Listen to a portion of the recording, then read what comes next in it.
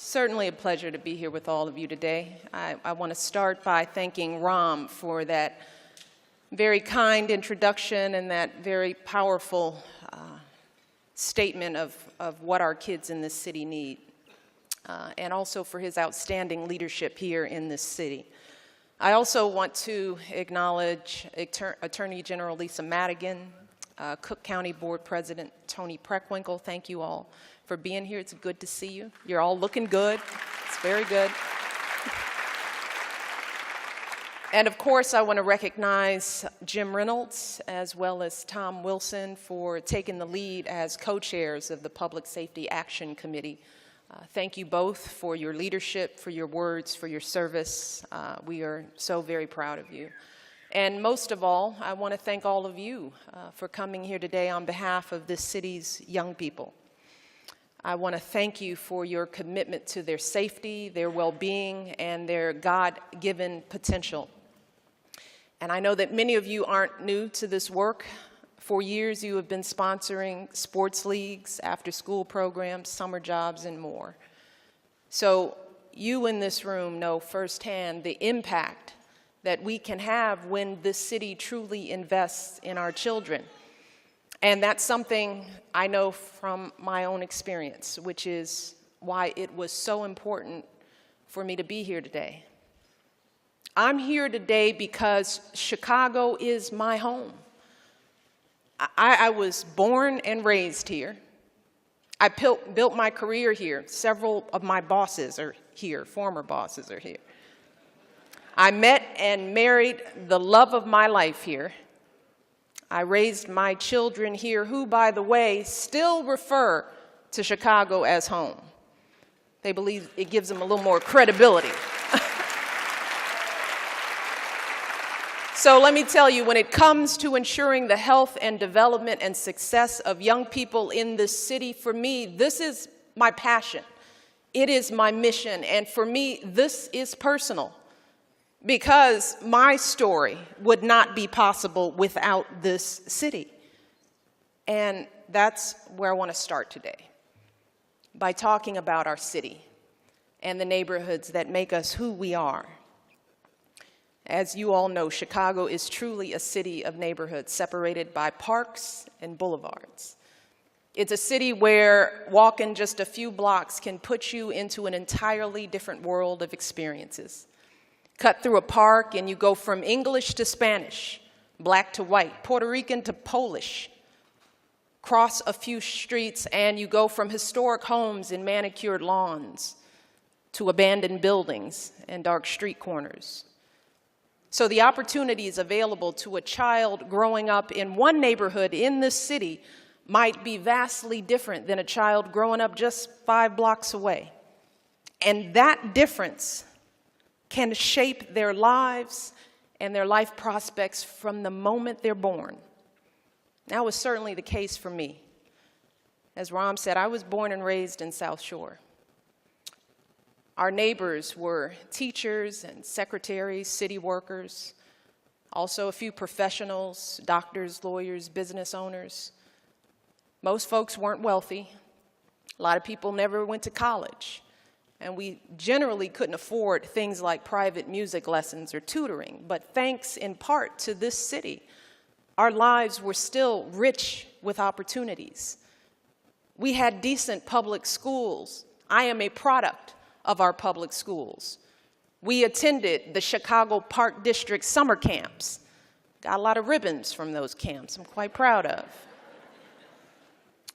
Played basketball on city courts. Our churches ran programs to expose us to music and the arts. So we didn't have to be children of privilege to get the opportunity to enrich ourselves.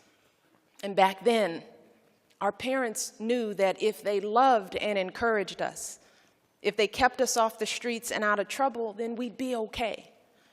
They knew that if they did everything right, we'd have a chance. But today, for too many families and children in this city, that's simply no longer the case. Today, too many kids in the city are living just a few L stops sometimes even just a few blocks from shiny skyscrapers and leafy parks and world-class museums and universities, yet all of that might as well be in a different state, even in a different continent, because many of our children have never been to the Art Institute or Millennium Park. Many of them don't even know that the University of Chicago exists, let alone dream of attending that university or any university for that matter. They haven't strolled along Navy Pier. Some of them have probably never even seen the lake. Because instead of spending their days enjoying the abundance of riches this city has to offer, they are consumed with watching their backs. They're afraid to walk alone because they might get jumped. They're afraid to walk in groups because that might identify them as part of a gang and put them at risk.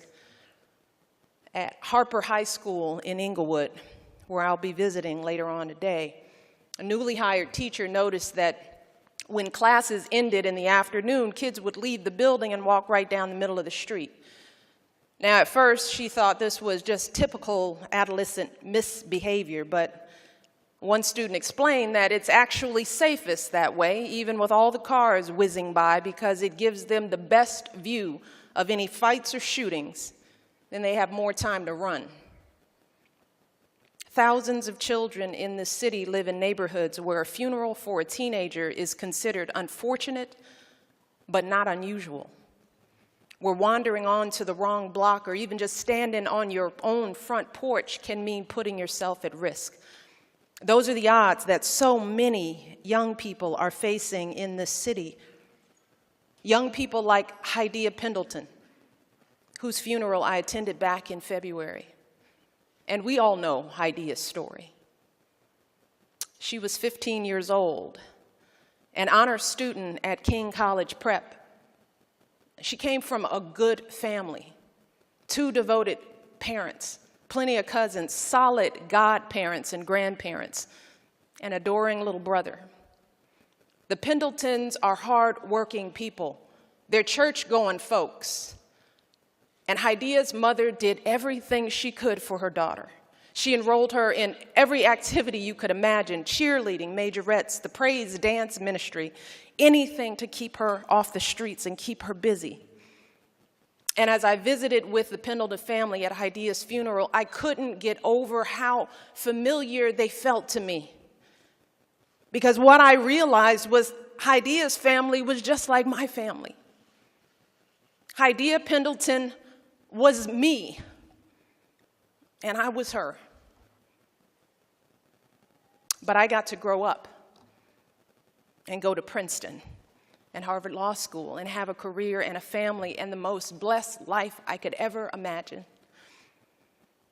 And Hydea, oh, we know that story.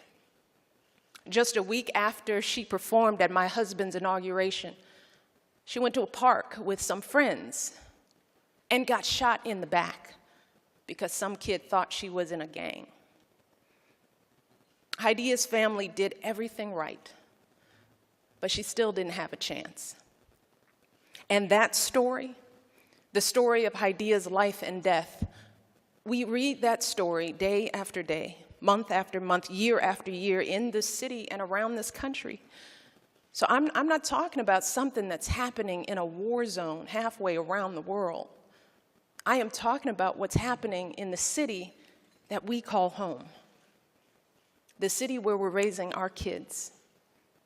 The city where your businesses operate. This kind of violence is what so many young people like Hydea Pendleton are dealing with every single day. And those 2 boys charged with her shooting, this is the violence they were facing as well.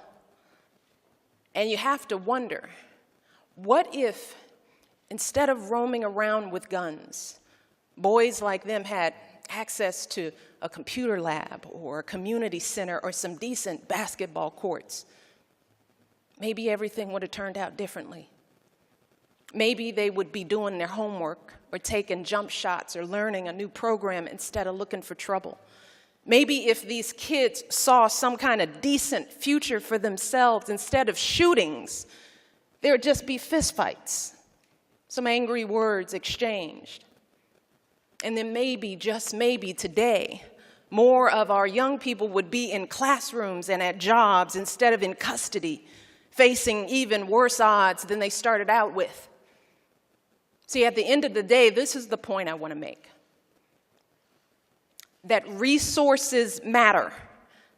They matter. That what it takes to build strong, successful young people isn't genetics or pedigree or good luck. It's opportunity. And I know from my own experience, I started out with exactly the same aptitude, exactly the same intellectual, emotional capabilities as so many of my peers. And the only thing that separated me from them was that I had a few more advantages than some of them did. I had adults who pushed me.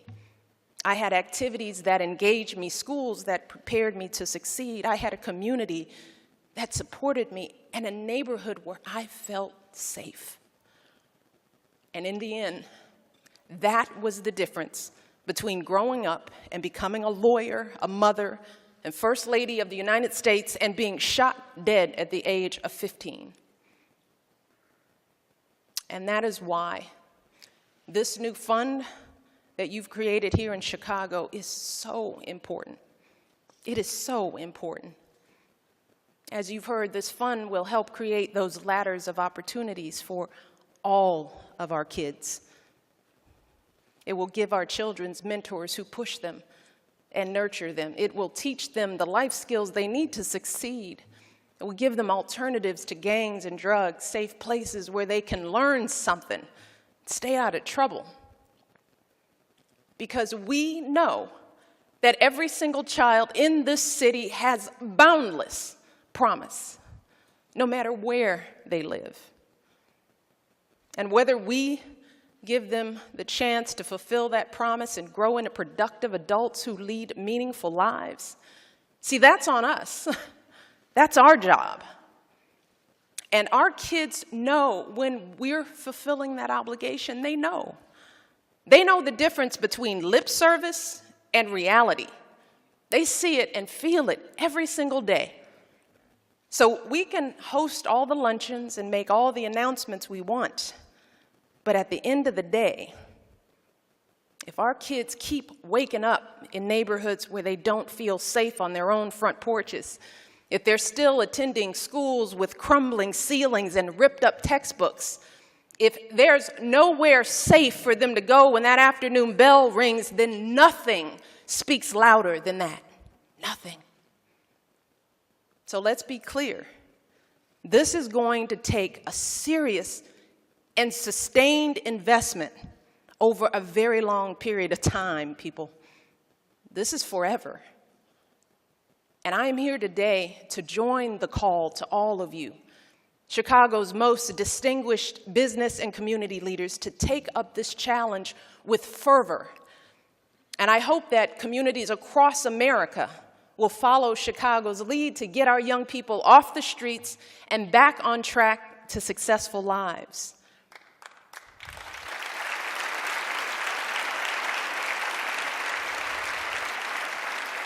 Right now, my husband is fighting as hard as he can and engaging as many people as he can to pass common sense reforms to protect our children from gun violence.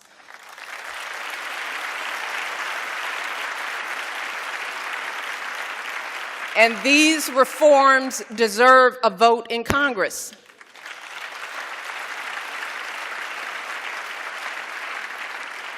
As he said, we can't stop all the violence in the world. But if there is even one thing we can do, even one step we can take to save another child or another parent from the grief that's visited families like Hadia's and so many others here today, then don't we have an obligation to try? But we all know that these reforms must be just one part of a comprehensive effort to rebuild our neighborhoods and build a better future for our children. And if anyone can make that happen, it's all of you. You all are some of the most creative, innovative, influential people, not just in the city, but in the entire country. You have brought together folks from all across Chicago to do great things for the city, like build Millennium Park, host the NATO summit quite well, by the way, make the lakefront the cultural jewel of the Midwest. And today, we need you to dig deep and apply that same passion, determination, and civic pride to this city's most precious asset, our children. Now, we all take great pride in this city. And I don't just mean the center of it. I mean every single one of the 77 neighborhoods that make us who we are. Each of these neighborhoods is a vital part of the city, as is every single child. And as business leaders, you all know that this city's young people are your future workers, your future customers.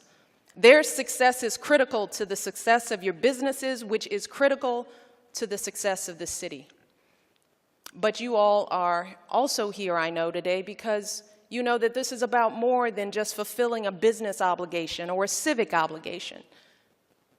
You all know that this is a moral obligation because ultimately, this city and this community will be judged not just by the beauty of our parks and lakefront or the vitality of our businesses, but by our commitment to our next generation.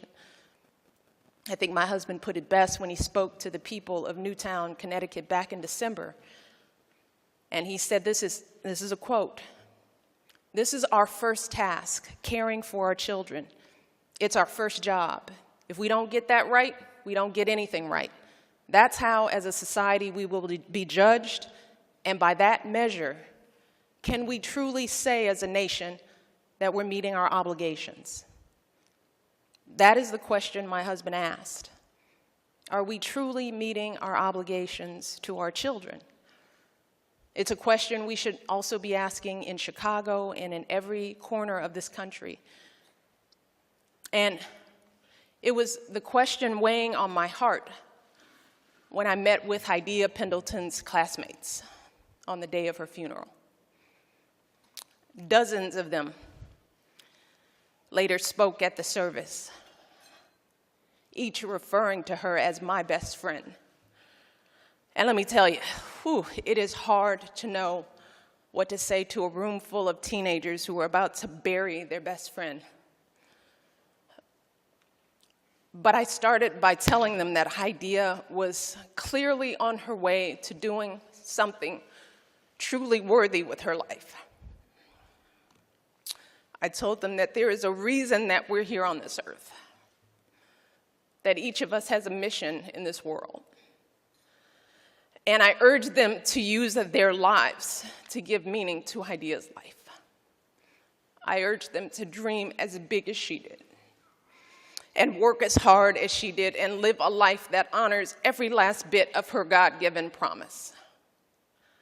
So today, I want to say the exact same thing to all of you. I want to urge you to come together and do something worthy of Hadiya Pendleton's memory and the worthy of our children's future. Join me and Hadiya's classmates and young people across the city who, by the way, even in the face of so much hardship and such long odds, are still fighting so hard to succeed. We need to show them, not just with words, but with action, that they are not alone in this struggle. We need to show them that we believe in them, and we need to give them everything they need to believe in themselves. I would not be here if it weren't for that kind of belief. And I know that together we can do this. So let me tell you this. I look forward to the work that you do. I look forward to you hitting this goal and surpassing it. I look forward to this city being the model of what communities can do to wrap their arms around our youth and make them the best they can be, to embrace all of our neighborhoods and every last one of our children. Thank you so much. Good luck, and God bless.